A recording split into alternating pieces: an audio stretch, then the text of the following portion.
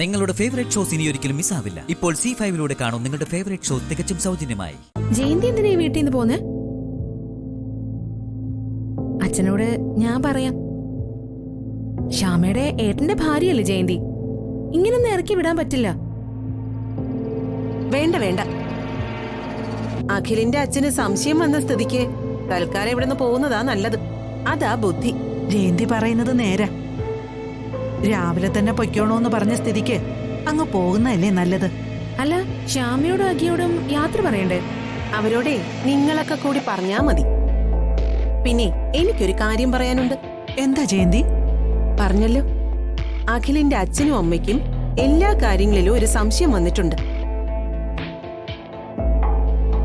അതുകൊണ്ട് സൂക്ഷിച്ചും കണ്ടും വേണം കാര്യങ്ങളിൽ ഇടപെടാൻ. ജയന്തി പോവാൻ തുടങ്ങുമായിരിക്കും അല്ലേ? ആ അതെ മേഡം, ഞാൻ പോവാ. ജയന്തി, ഈ മാഡം മാഡം എന്നൊക്കെ വിളിക്കുന്നത് തന്നെ കളിയാക്കി വിളിക്കുകയാണെന്ന് എനിക്കറിയാം. എന്തായാലും അങ്ങനെ വിളിക്കുന്നത് തന്നെ ബോറാ. ആ അതുപോട്ടെ, ഊണ് കഴിച്ചിട്ട് പോയാ പോരെ? എന്റെ പൊന്നോ വേണ്ട. ഇന്നലെ രാത്രി രണ്ടുപേരും പറഞ്ഞത് കേട്ടപ്പോ തന്നെ എന്റെ വയറങ്ങ് നിറഞ്ഞു.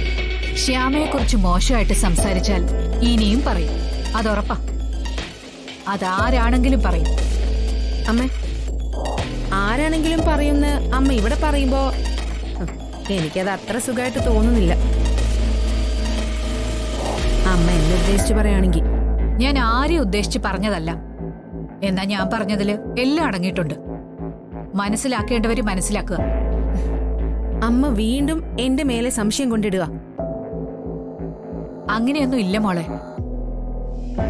നീ എന്റെ മോളാ. ഇവിടെ ഏത് ചടങ്ങ് നടന്നാലും അതിലെല്ലാവരും ഒരുമിച്ച് നിൽക്കണം. അതേ ഉള്ളൂ എന്റെ ആനന്ദേട്ടന്റെ ആഗ്രഹം. ജയന്തി ഇന്നലെ രാത്രി മുറി കയറി വന്ന് ശ്യാമയെക്കുറിച്ച് കുറ്റം പറഞ്ഞതൊക്കെ മനഃപൂർവ്വമായിട്ടാണെന്ന് ഞങ്ങൾക്കറിയാം.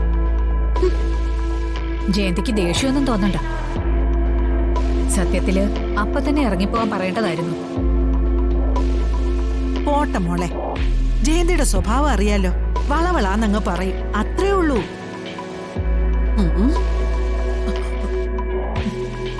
അപ്പോ ഞാൻ പറഞ്ഞതിൽ വിഷമമൊന്നും വേണ്ട ജയന്തി. എല്ലാം നേരെ പോണെന്ന് ഉദ്ദേശിച്ച് തന്നെ പറഞ്ഞതാ. ഓ സത്യം, എന്റെ മനസ്സിനെ ഇപ്പൊ നല്ല ആശ്വാസമായി. ആ മനസ്സിന് നന്മ വന്നു. സത്യം. എന്നാ ഞാൻ പോട്ടെ. ആ ശ്യാമയോടും അമൃതേച്ചിയോടും ഒക്കെ പറഞ്ഞിരുന്നാ മതി.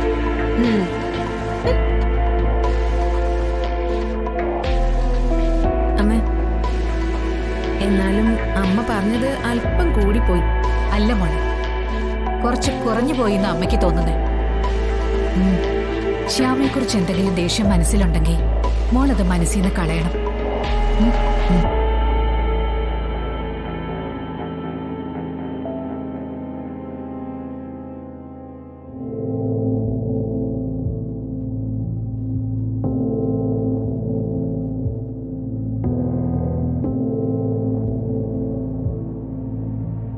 മനസ്സിന്ന് കളയും. കാത്തിരുന്നാ മതി. ഞാൻ കരുതി വെച്ചിട്ടുണ്ട്. ഈ കല്യാണം നടക്കുമെന്ന് നിങ്ങൾ സ്വപ്നത്തിലും കരുതണ്ട. ഡൗൺലോഡ് ചെയ്യൂ C5 ആപ്പ്. കാണൂ എല്ലാ എപ്പിസോഡുകളും സൗജന്യമായി.